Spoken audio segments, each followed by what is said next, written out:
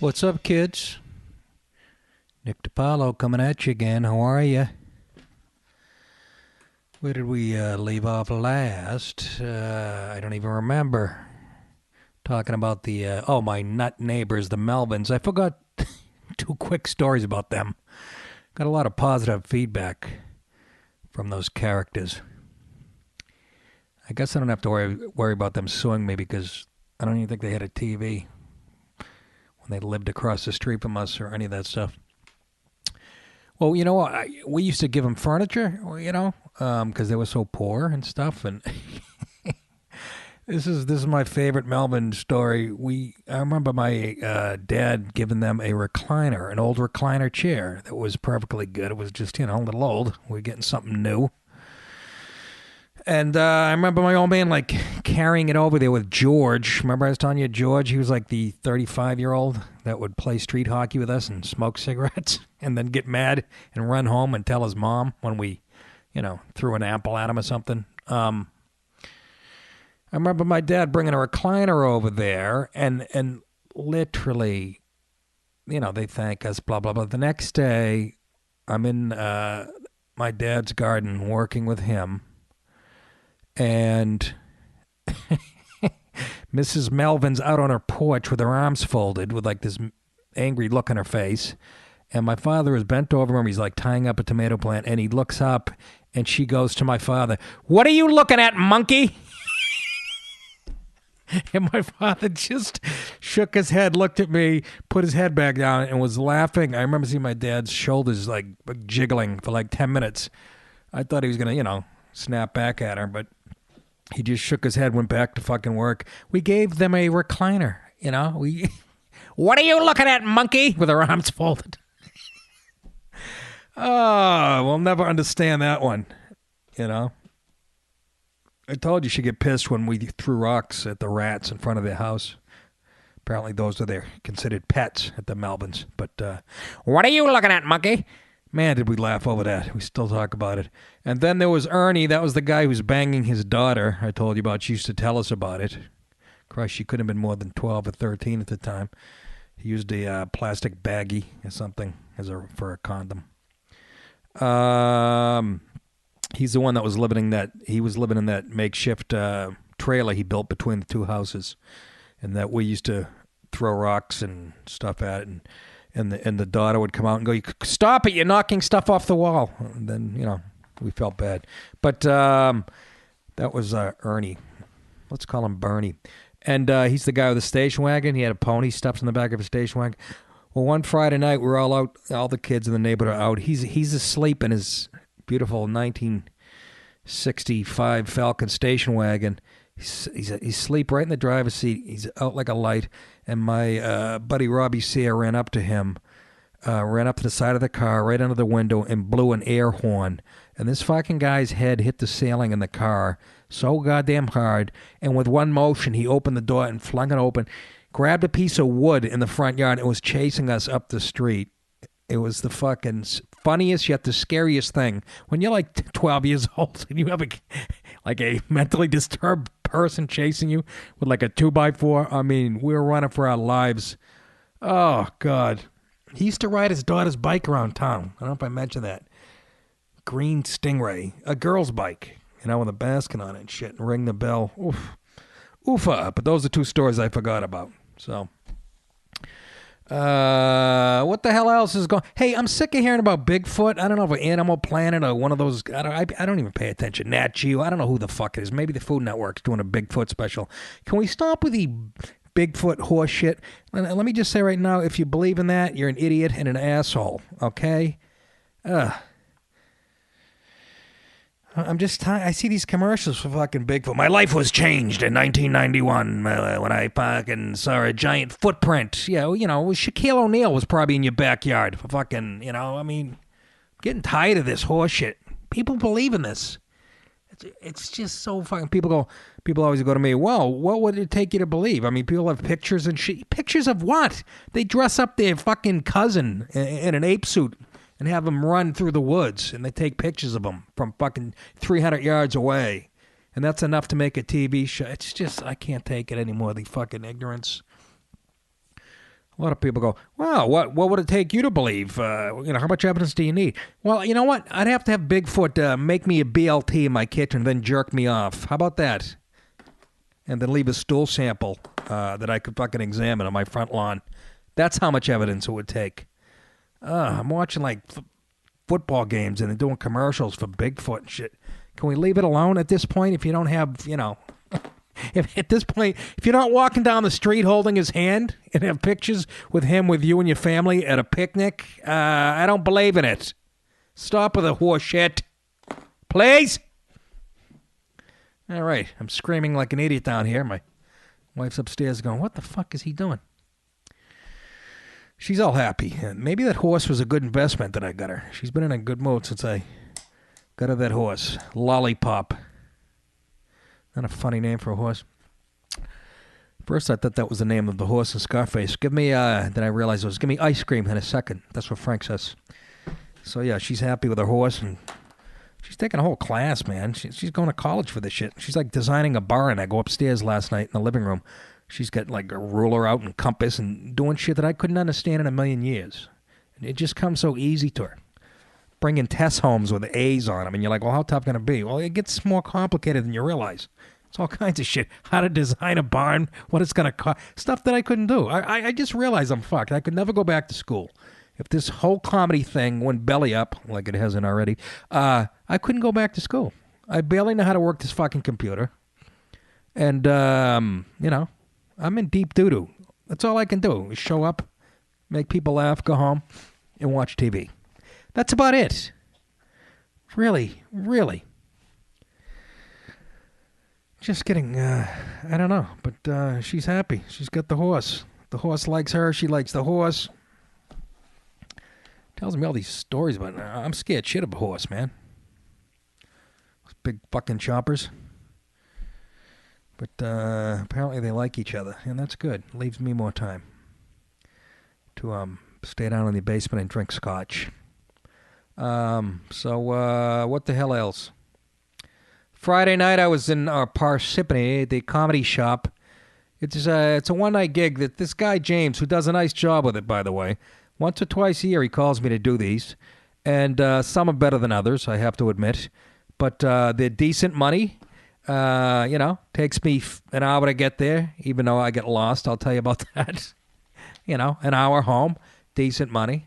As opposed to, again, driving to LaGuardia 40 minutes, waiting in line with a bunch of fucking assholes at a crowded terminal and getting on a plane and listening to screaming babies and jerk-offs on their cell phones. And just get my car and I put on hits of the 70s and drive to the gig over the Tappan Zee to 87 South or something like that, wherever Parsippany is.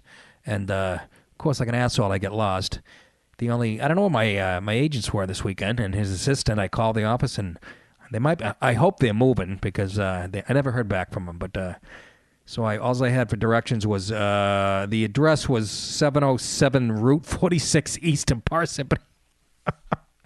Help me. And, I've done a few gigs in that area. So I went to this other one, the last one I did with this guy, which was about 7 miles up the street, and then I couldn't find 707. What good is a fucking number on a building when you're on a 2-lane highway and all the shit is like a quarter mile off the highway? I still don't understand. But anyways, and I'm like, oh, Jesus Christ. It's a Holiday Inn. And I'm like, not even a Holiday Inn, Holiday Inn Express. I go, this can't be it. First of all, I'm about, the gig's at 8:30. It's 9:05. I'm still looking for the joint. Which, there's an opening act and a middle act. You know how it works. So I'm not really technically late, but I'm getting a little nervous now. And I pull into a gas station. I can't tell if it's open, you know what I mean? The tanks, the lights out front are dark, but I see the lights on in the gas station. And this guy, he could have been the poster boy for fucking Al-Qaeda, meets me. Like, he steps out real quick, like he might have been doing something illegal in there. Not to be paranoid or anything. But he goes, what's up, boss? And his eyes are, like, dilated. His pupils were huge. He goes, what's up, boss? Like, he shuts the door behind him real quick. Honest to God, if I didn't have a gig, I would have called the cops and, monitored the place. And I'm like, not that I'm looking for the Holiday Inn. Of course, I might as well be saying I'm looking for the fucking Hope Diamond. Doesn't know what Holiday Inn. What, motel? I know this is 46 West, this way east. Fuck, okay. I lost him at Holiday Inn, you know. Fucking. Did I pull into a motel across the street from that gas station, and I'm looking for the front office, can't find a driver on the back. There's a Filipino guy, or whatever. I pull up to him, and again, he speaks 3 words of English. And I'm just like going, what the fuck? So finally, I find it, and I pull in. I go, it's a Holiday Inn. I'm like, no, this can't be right. And there's a nightclub called Pure next to it, I think. And I'm like, Jesus Christ, don't tell me it's in a dance club. Because the details I had said the gig is adjacent to a Holiday Inn, which I was thinking it was a freestanding building on its own next to the Holiday Inn. But no, it was the Holiday Inn. Anyways, I run in there and have a Jack and Coke. The guy was just getting off, the guy that was on before. So the timing was actually perfect. 250 people in there. James does a great job of marketing, man. 250 people, not an empty seat. And they were great. It was great. It was easy, except for the 5 broads up front. Once again, 5 fucking Jersey housewives wearing leopard skin shirts, and just they wouldn't shut the fuck up. They're commenting after each joke, sitting 2 feet from me. Of course, nobody else can hear him saying shit because they're a mile away. So I'm going, girls, ladies, please shut the fuck up. And it looks like I'm being the asshole. One lady gives me the finger. You know, you scratch your forehead, but instead of just giving me the finger, she scratches her forehead with her middle finger. I'm like, take it easy, Carmela Soprano. I kept calling her Jewish just to bust her balls, but she had this laugh. She kept fucking snorting. And but they kept discussing every joke. And it's like, no, ladies, some of this shit's supposed to ring a bell. That's how stand-up works. Jesus H, shut your holes, please. Yapping to each other in between jokes and just, that happened at Bob. Remember Bob and Susan? We went out with a guy. This is how, and they're talking this fucking loud. And I'm like, shut the fuck up. I'm trying to get a rhythm going. So I just, I shit on the place for the first 10 minutes, making fun of myself being at a Holiday Inn and just, and then I went into material. And it's the material, again, that I just shot the DVD in Minneapolis. And I want to put this stuff to bed, but you can't. I'm going to go with a little comedy lesson, right? You can't put it to bed when you walk into a room with like 250 people on a Friday night. And, you can't go up there and try to like wing new shit. You have to, sort of blow the roof off the dump. I mean, you could squeeze a couple minutes here and there in, but even then, it was too ruckus. It was not the place to try new shit. And I'm so tired of the stuff that I did on the DVD that, I want to retire it. But the only way to do that is to go into the city every night and I guess, the Comedy Cellar, the Stand, places like that, and pick at it, 10, 15 minutes at a pop. And then when you go on the road and you're doing a full hour, to squeeze it in and try it there too. But it was just kind of, I'm just so tired of it. So I did most of that material. And it killed. And I ripped the people apart in the room and making, fun of how much they were eating and drinking. But it's the women. I've done this shit for 26 years. I think I've told maybe 10 guys to shut up as opposed to, 42,000 tables of women just to shut your yaps. I'm glad you come out, but they start discussing each bit, and they get a few drinks in them, and their voice gets very loud, and then they get very defensive when you say, can you lower your voice, please? And they get all fucking nasty. So, but it was, bing, bang. I got there, went right on, came off. He's holding the check, hands it to me. Let's do it again soon. I'm in the friggin' car before people can get into the parking lot. I sprint out, jump in my car, back on the goddamn highway. And home in like an hour. Okay? It's like selling drugs. It's that easy sometimes. Do I want to be doing this when I'm 60? I don't know, but why not? If the crowds will have me. So that was Friday night in Parsippany at the Comedy Shop. Thank you, James. You packed a joint. I don't know how you do it. I really don't. I didn't do any press for it. I mean, other than social media. But good gig. Probably do another one real soon. And then I get up on Saturday morning. And time to do some editing. Actually, I had done some editing with the guy on, was it Thursday? And then told him I had to work Friday night. So the editing where he works, this guy Jeremy does a great job. He did one of Mattel's specials, and young kid. He's got the ring through the nose, through the upper lip. He's got those two holes in his earlobes. Look like somebody shot him. Those two big like quarter-size holes. I don't even know what the fuck you call them. But and I'm going, oh, this kid. When I first met him, like he's gonna fucking hate me with my politics, and he looked like a hipster. He couldn't have been a nicer kid. He's from Texas originally, just great at what he does, and it's right in Union Square. So went there and we worked on it and looked at stuff. And then I said, let's do this on Saturday. I called him Friday. I said, what do you say Saturday? Tomorrow we'll do it, from like 11 to like 5. So I get there and, fight all the traffic and shit, park in a garage, get up there, and me and him are shooting the shit. He's doing his stuff. And after about an hour and a half, I realized that he really didn't need me there, because he goes through like each frame. He goes through like 1 second is like 24 frames, and he goes through each frame. I recorded 3 shows, and he's matching up all the shit. And so he's going to put like a whole hour together. I told him show 2 would use most of the material from show 2. So he's going to, as far as camera angles, he's got 4 camera angles to work with. So he kind of choreographs that. He really doesn't need me for that. So after about an hour and a half, I go, do I have to be here? Do you really need me? Because, I said, the only thing I'm worried about is I can tell you what bits I want to take from what shows. And again, most of it's going to come from one show. And he said, no. He goes, you really don't have to be here. Let me do this, take care of the camera angles and the headaches, and then I'll send it to you, which he'll email it to me. I'll look at it on my computer. And then we'll meet up again, let's say Monday. And I'm like, that's great. So I get back in the car, and here's where the fun starts. Fight through all the goddamn traffic in Union Square. And heading back on the West Side Highway up to the Henry Hudson.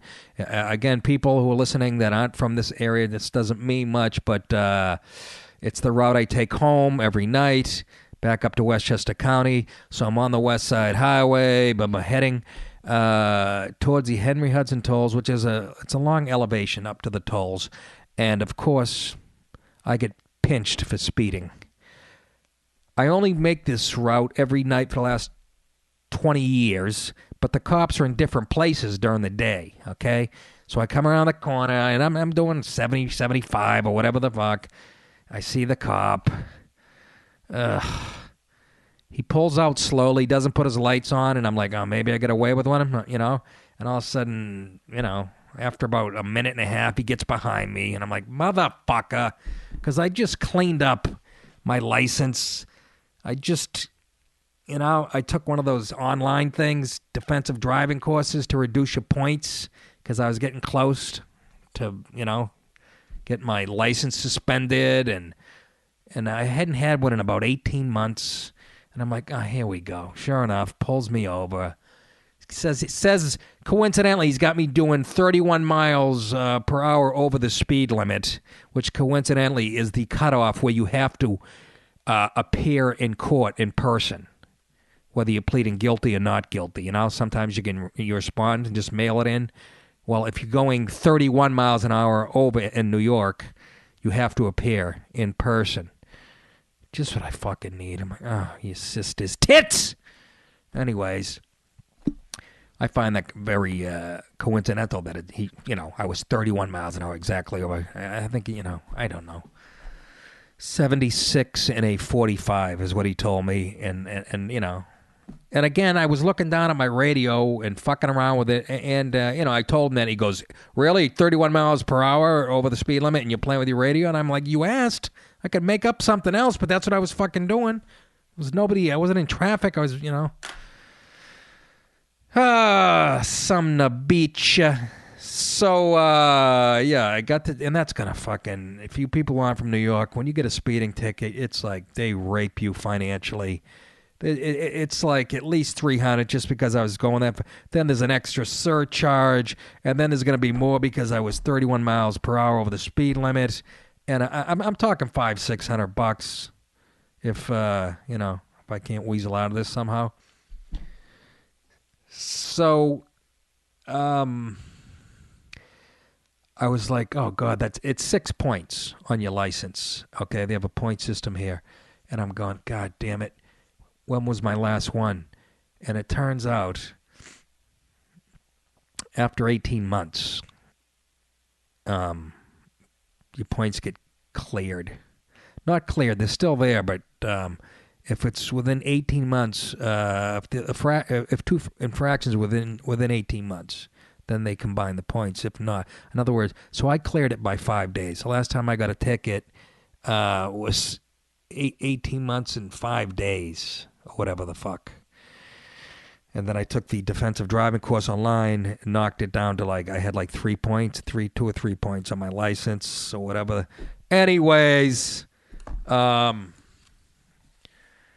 have to go. I'm gonna plead not guilty. I'll send that in. They'll give me a court date, and I'm hoping what's gonna happen now is what happened a few years ago when this happened to me. I gotta be honest. I get busted a lot. I have a lead foot a little bit, but I had to go to the same thing. I had to go to appear in court in New Jersey. No, actually, not New Jersey. It was right over the Tappan Zee Bridge, which is still Rockland County, which is New York, whatever.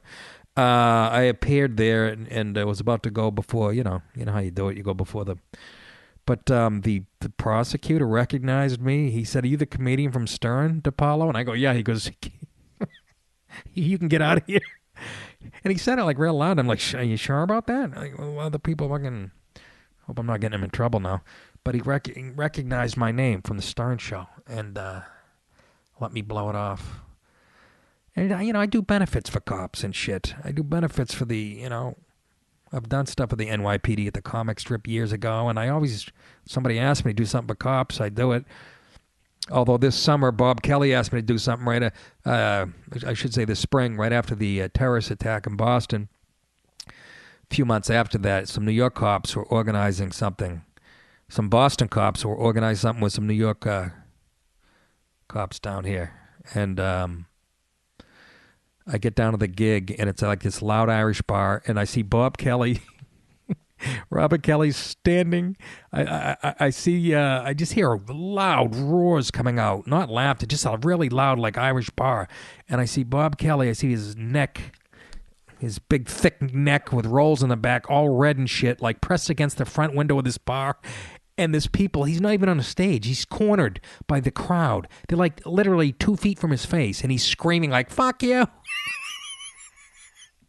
And Gary Gulman was supposed to be on the show also. He texted me and goes, I was in a bar around the corner waiting because I knew I was going on. He goes, "I lasted a minute and a half. I didn't know what he was talking about. So I started to walk to the bar. It was so loud as I was approaching it that I was going to pretend I didn't see it, but one of the cops from Boston spotted me and pulled me in, but I didn't go on because it was too rowdy. They said, "You don't have to do it. You can't just do stand up anywhere." But it was so funny, Bob Kelly. I see the back of his neck, him just swearing at people. Anyways, so yeah, I do stuff for the cops. I hope they don't remember that one. They're gonna go, "You didn't go on. We're not gonna." But I don't know. Maybe I can get this thing squashed. I don't know. Probably not. But, the speed limit is 45 there, and it's one of those roads. If you went 45 there, you'd get run over. I've never seen anybody doing less than 70. It's a straightaway. It's like 5 lanes wide. People from this area know what I'm talking about. It's just a straightaway, and it's an elevation, and the tolls are at the top. It's a gradual elevation for about 2 miles, and everybody does 65, 70 at a minimum. Not making an excuse, but how the fuck they can post 45 miles per hour there is just ridiculous. And every night when I drive into the city from Westchester County, people go by me, guys, kids racing, and I'm not exaggerating, 130, 140 miles an hour. And I don't know where the fuck the cops are then. I've yet to see one of these guys get pulled over. Every night I see that shit. but I'm the bad guy doing 76. The way the guy acted, you think I was doing 140. But what are you going to do? A law's a law. And it's going to cost me some fucking dough. So I drove all the way into the city Saturday and wasn't really needed there. Stayed for a couple hours. It was the most expensive drive of my life. Oh, they just rape you in New York. They just friggin' rape you with surcharges and fucking fees, and it's just unbelievable. And it's so funny because I was giving my wife a lecture. She got a speeding ticket, I don't know, a few months ago, and she knows how to fight this, whatever. So, I'm like, you got a heavy foot. You're always getting and she's like, bullshit, you get more than me. I said, I haven't had one in like 18 months. And, of course, as soon as we have that conversation last week, this happens to me. It'll teach me. Really pissed me off, but too many cops, man. It's becoming a real police state. Don't you think so? I think it is. All over the place. I saw like 4 cars from the city to my house in Westchester County. Fucking everywhere. Relax. I don't have that kind of dough, folks. So I came home, and that ruined my day. I got to be honest with you. I don't know how to let shit go. I'll be dead soon. But that just, like I said, I made all this effort to take this online defensive driving course, which, if you ever do that, folks, I'd rather, I think, appear in court. It was the most tedious fucking thing. It said it would take 2 hours. It's just like these stupid questions. When traveling and you see a yellow double line, does that mean A? It's all these multiple choice, really easy.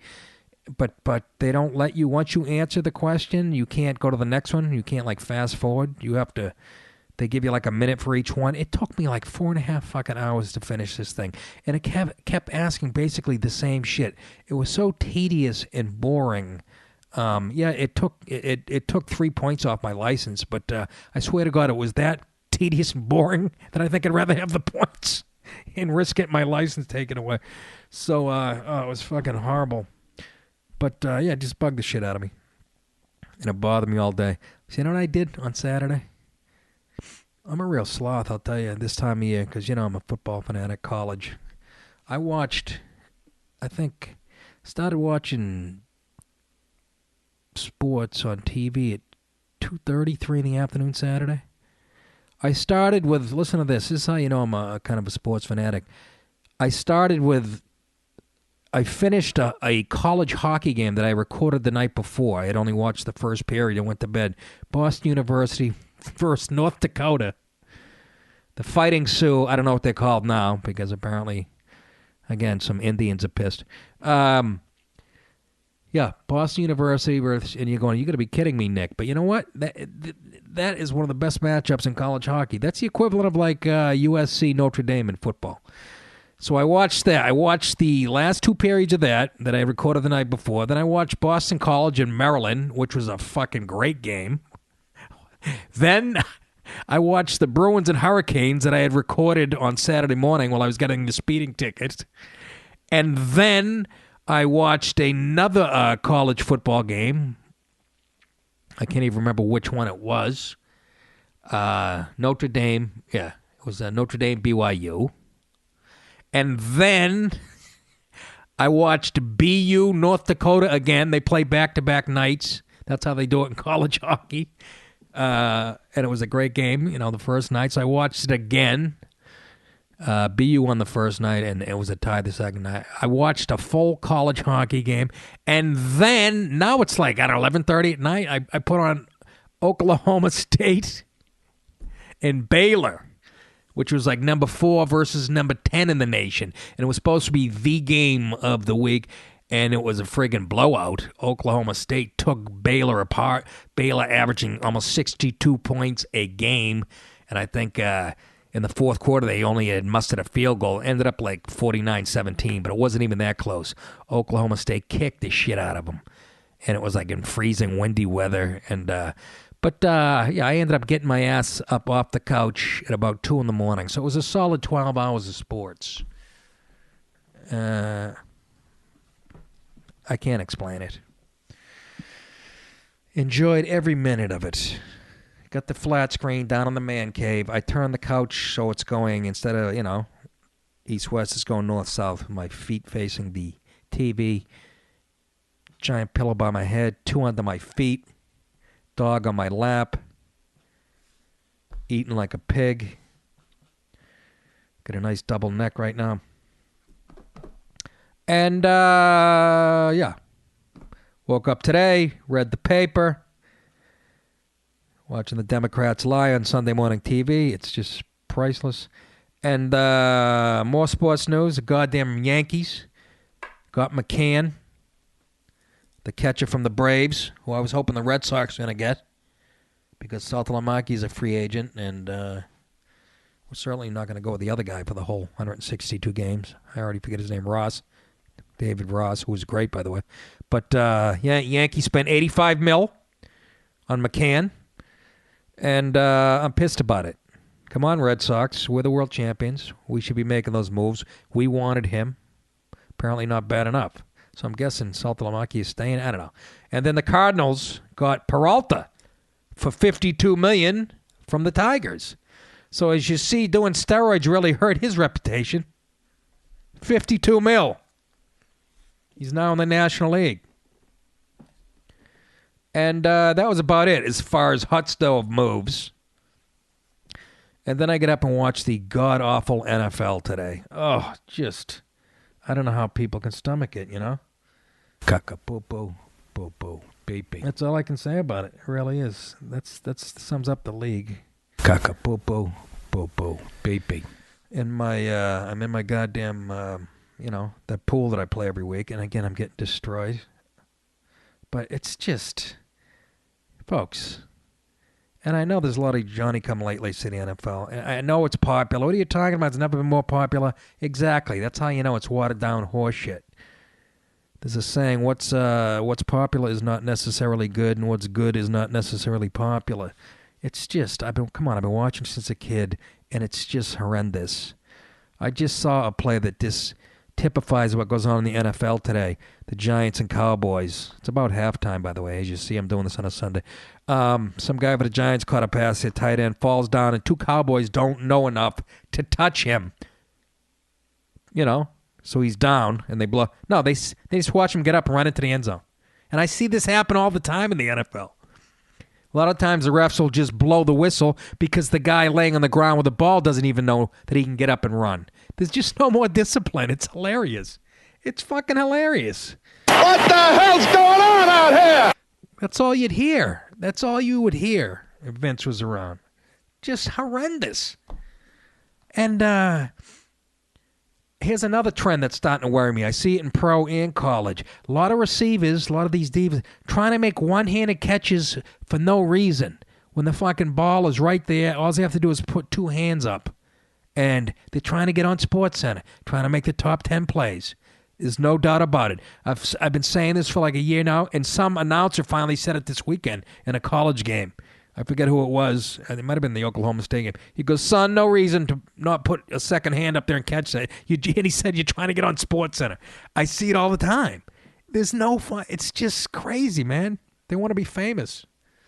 It's fucking hilarious. But the NFL, I mean, the Jets today, lose to the Ravens by 16. I mean, the Bears gave 42-21. The Rams just kicked the shit out of them. I mean, and how does Green Bay end up in a tie with the Vikings? Didn't we see the Vikings on a Monday night against the Giants like 3 weeks ago? They look like a Pop Warner team. They literally look like a high school team. Green Bay loses Rodgers, and they can't win now. And it looks more like their defense sucks, if you ask me. But it's such a watered-down league. It's so fucking horseshit. How about the Houston Texans? Got to be the most disappointing team in football for the last 3 seasons. They lost to Jacksonville today at home. I'm telling you, Kubiak's got pictures of the commissioner or some fucking shit banging a dog. I don't know. It's just a watered-down, yucky league, man. I mean, I'm looking at the standings right now. You got the Pats in the AFC East. They're 7-3. After that, the Jets 5-6. Listen to these records: Dolphins 5-6, Buffalo 4-7. The AFC North, you get the Bengals at 7-4, right? Then after that, Steelers 5-6, Ravens 5-6, Cleveland 4-7. One team with a winning record in the AFC North. One team with a winning record in the AFC East. How about this? AFC South. You got the Colts 7-3, and they're getting killed today. The Titans 4-6, Jacksonville 2-9, Houston 2-9. Ooh, what a division, huh? I mean, talk about mediocrity. It's a little better in the West. The Broncos are 9-1, and you got the Chiefs 9-2. All of a sudden, the Chiefs look like the old Chiefs. They get beat again today. AFC East, Eagles 6-5. Then after that, Cowboys 5-5, Giants 4-6, Redskins 3-7. Do you see the mediocrity? Ugh. Bears 6-5, Lions 6-5. Then your Packers are 5-5-1, Vikings 2-8-1. The Saints are 9-2. That is the fucking worst 9-2 team you'll ever see. You remember when teams are 9-2 in the 70s and 80s? I don't mean to be romanticizing the past, but when you were 9-2, you were 9-2. Saints are. Carolina Panthers 8-3. They've won 6 or 7 in a row. They might be the real deal. Tampa Bay 3-8. The Falcons 2-9. What happened to Atlanta? Oh my God! Just fucking what happened? What the hell's going on out here? Terrible. 2-9. Matty Ice. Seahawks, maybe the best team in the league. 10-1, and that's a real 10-1. 49ers, I picked them to win the Super Bowl, 6-4. Arizona Cardinals, surprisingly good, 6-4, and the Rams are 5-6. But do you see? I mean, there's like 6 teams with winning records out of the 30. That is dog shit. That is dog shit. What was the other trend I was noticing players? Oh, reaching out near the goal line. This has been going on for a couple of years now.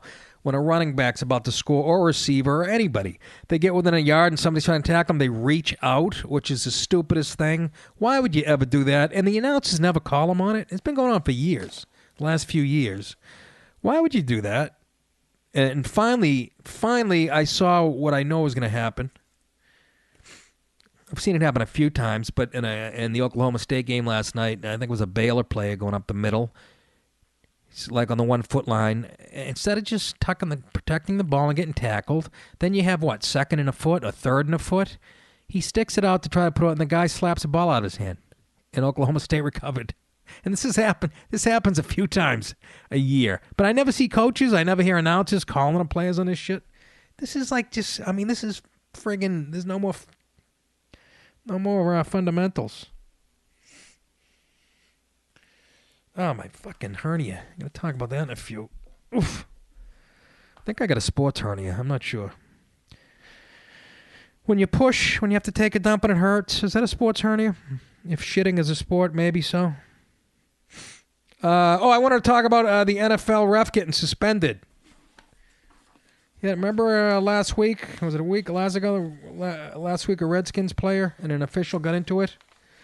It was an umpire, Roy Ellison, his name was. I think the NFL suspended him for 1 game without pay for allegedly making a profane and derogatory statement to offensive lineman Trent Williams of the Redskins. Yeah. The player for the Redskins, Williams, said Ellison, who was the ref, cussed him out during a Redskins drive late in the first half. An accusation teammates backed. Williams said Ellison walked by him after a play and called him a garbage-ass, disrespectful motherfucker. That's what the ref said to the player.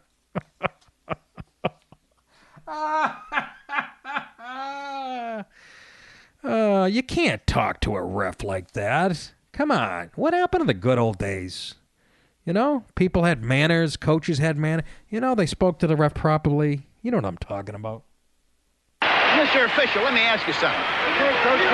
How can 6 of you miss a play like that, huh? All 6 of you. The ball jumped out of there as soon as we made contact. And nobody... I thought you were talking about you being on the field. No. What? See? Mr. Official. That was Hank Stram. He used to have a nice sports coat on and a necktie. Mr. Official, let me ask you something. Not, hey, you garbage-ass motherfucker.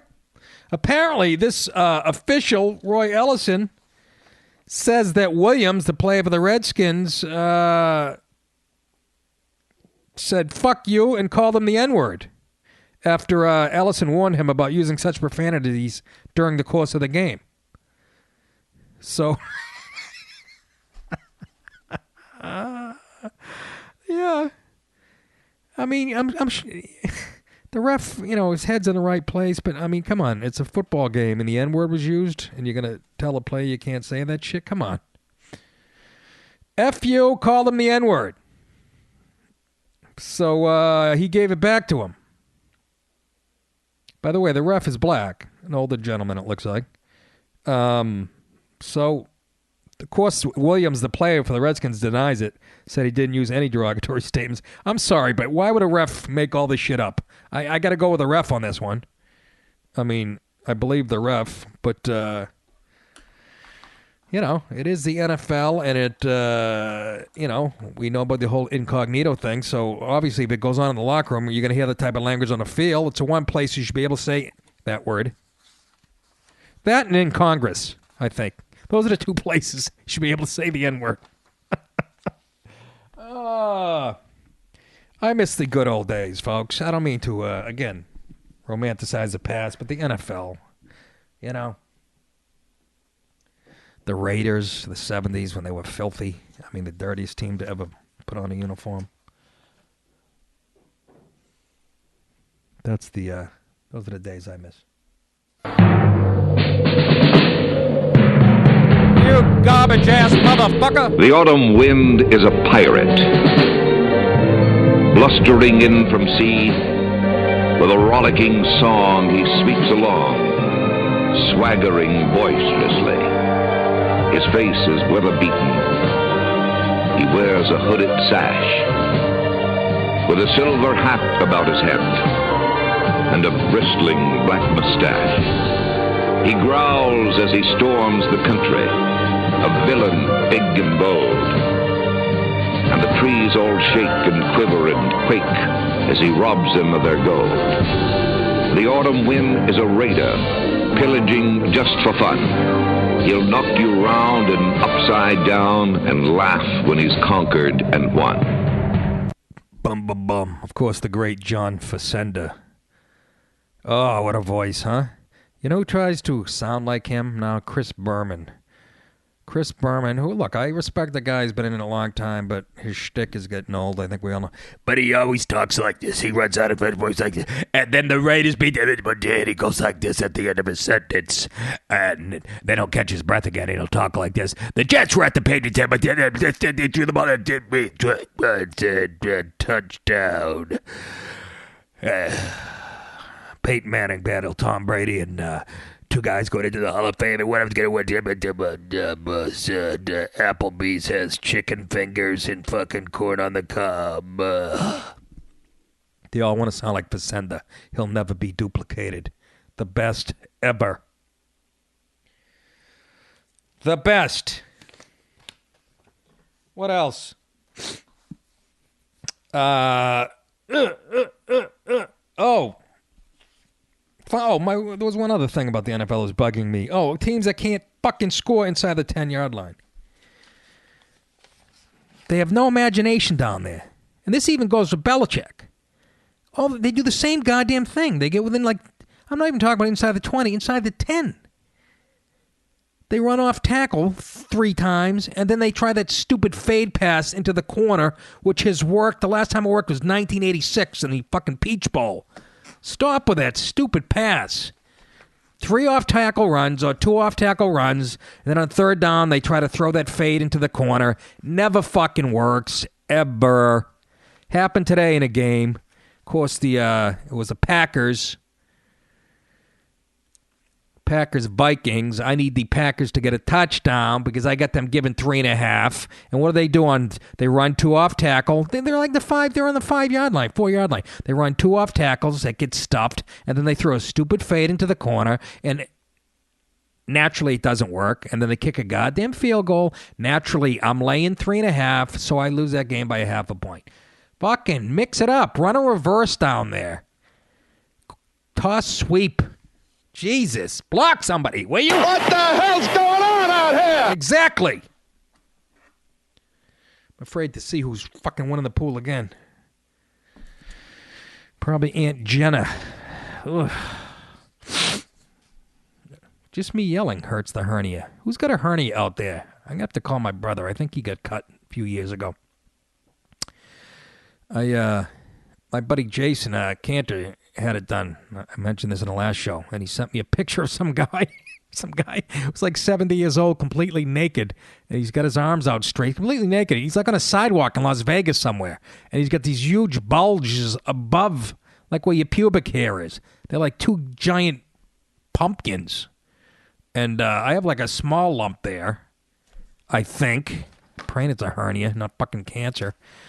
But, yeah, I think it's, I Googled all this shit. I think I have a sports hernia because it hurts in my groin and goes up to my hip, and my right nut is aching like I just get hit with a ground ball. If I get hit in the nuts, you know that dull ache? I have that all the time when I'm sitting down. And I told you 12, 13 years ago by an Indian doctor in Queens that I should have him done. Went for a second opinion. Another guy said, well, you don't have to do it right now. So, 13 years later. I'm afraid to do it because I'm waiting to see with my insurance, my health insurance, with our great fucking president there. Want to make sure I don't have to reach into my own pocket. But the thing I don't like about this hernia thing, I always hear about they shave your pubes. I actually Googled this. People having a whole discussion online. Ask for a male nurse to do that. You don't want a female. Why not? I'm married for 20 years. The idea of a 19-year-old, nurse's assistant shaving my balls, I gotta be honest with you, doesn't sound that bad. Then some people online say, well, they knock you out and they shave you when you're out sometimes, or you can shave yourself before you go or whatever. I think I might request a female. I would not be comfortable with a guy down there. I'm not very comfortable when I get a male, my primary care guy sticks his finger in my ass and grabs my balls and I don't like that. 98% of the people that have touched my balls and my groin and my ass have been women in my life. I'm proud to say that. So don't ask me about the other 2%. But I think I would go with a girl shaving the pubes. Or do I do it myself? I don't know. I'll leave a little Hitler mustache like the strippers do or something. Scare the doctors. I'll put a swastika down there or something. I don't know. But I think I got to have this done. I can't put it off anymore. Haven't been able to work out for like a month now. And, yeah. I'm guessing sports hernia. Looked it up, and they say the only time you can get any kind of relief from it is when you're laying stomach down and you put your right leg out, and I'm finding all this is true. It's the only time I get any relief from the dull ache, and I think I got one on the left, too. Folks, I'm 51, man. This shit happens. It's like being in a car. Shit just starts breaking. It's kind of frightening. But I would go with a female doctor, wouldn't you? That never bothers me. I went to a skin doctor up by where I live here. She looked like she was 28 years old. She looked like a model. Found her online. Went to a skin doctor because I had like a rash on my side and on my back. Some type of fungus. I don't know where it's coming from. Probably the, Red Roof Inn in Atlanta or wherever the fuck I was. Minneapolis. And, yeah. She was stunning. And I wrote a joke about it. I'm like, yeah, I wish the rash was somewhere else. And Colin Quinn goes, yeah, the punchline is cut to you fucking Billy Gardell's yoga mat. It's a fungus joke. Or fucking a 10-year-old pair of moccasins. That was the other one. Mother of God. So I got to get cut. When do you do that, though? I don't have time. I'm editing. I'm going to be editing for the next month with this kid. What else? It's the price of getting old. There was some good news. You remember the female New York firefighter probie who was allowed to graduate from the academy without passing a required running test? Well, she finally quit. Yay! Yay! Chalk went up for common fucking sense. Yeah. She didn't make the 12-minute cutoff. Wendy Tapia. She's 31 years old. This is her 6th attempt to run 1.5 miles in 12 minutes or less, and she failed again and finally quit. They were giving her a pass. Okay? First of all, she's one of 5 women among the 285 new firefighters who graduated from the FDNY's Randall Island Training Academy on May 17th. The class was hailed as one of the most diverse ever. So, who gives a fuck? Diversity is such fucking horseshit, okay? And this is why. It should be about merit, shouldn't it? Especially in a case like this. You're at the top of a burning building. I used to have a bit for this. I'm not going to look it up. I can't fucking remember. But who do you want coming up the ladder? You're in a burning building. Really? Do you want somebody with the physique of fucking Sandy Duncan? Or do you want I want a big fat Irish guy with a beer in one hand and just grabs me by the scruff of my neck in the other. I want a chick going up there. And it's not fair to the other broads who actually passed the test. This girl was getting a pass because there's something called the United Women Firefighters. That's a group of active and retired firefighter women. They gave Tapia another chance to pass the test. Why did they get that power? Why the fuck did they get that power? But she failed again and finally quit, which is only fair to the guys who had to run the 12 minutes, the mile and a half in under 12 minutes, and the other girls that had to do it. I don't understand this. Let's lower standards out of fairness once again. It is such horseshit. That's not how this country got great, folks. And I know there was a need for affirmative action at one time and stuff because there was a lot of racism shit. We're so far past that now, okay? If you can make somebody money, a white guy, they're gonna hire you, okay? And same thing with the military. Somebody told me you used to have to do I don't know, like 20 pull-ups or something. Now, because there's women in the military, you have to do like 8. How is that? An army's only as good as its strongest soldier. How the fuck is that good? Same with the NFL. Now they have to interview. If a head coaching job, there's a rule that they have to interview like 5 black coaches. Why? If the 100 best football coaches on the planet were black, then every head coach in the NFL should be black. Do you get what I'm saying? Or if they were Asian, it should be all Asian. Or if they were white, all white. It should be based on merit. Okay, this isn't 1960 anymore. So I'm glad she quit. That's the point of it. Good riddance. She kept making up excuses. She had a respiratory infection. She had a foot injury. Can you fucking imagine? Who the fuck is the United Women Firefighters group? Why do they even exist? Why is there a black caucus in Congress? How the fuck does that even work? Oi! So, she's going to be a paramedic. Yeah, that's not important, to have strength and stamina. That's about all I got to whine about, folks. Excuse me. Yeah, so I'll keep you up to date on the speeding ticket. The editing will be going well. We're going to bang this out. I'm going to be in there with this kid like as many nights as possible. And have a good Thanksgiving. If I don't talk to you before then, I don't think I will. Again, I'm doing this now. I'm trying to get this out soon. I don't know when you're going to listen to this. I'm not sure. But that'll be a day or two before Thanksgiving. And, enjoy your turkey. Eat that and all the stuffing, and it'll constipate you for the next fucking year and a half. And nothing better than a turkey fart in your car when you're by yourself after Thanksgiving. And you'll get to hang out with relatives you don't talk to for the rest of the year. And that is about it. I'm looking at my picks. I'll give you an idea how bad I am as far as the NFL. I had the Baltimore Jets game right. I had Atlanta, New Orleans wrong. I had the Cardinals giving a 1.5 to the Bears. Who gives a shit? I have 4 right so far with 4 games to go. I'm the fucking worst there is. All right, happy holidays to you. I'm spending Thanksgiving with Louis C.K. He actually invited me and the wife to his house. I don't know who's going to be there. Hopefully some power players. Somebody from the Weather Channel. Maybe I can play the saxophone over the local 8s. You kids take care of yourselves. Until next time, go wash the tub. Good day, everybody.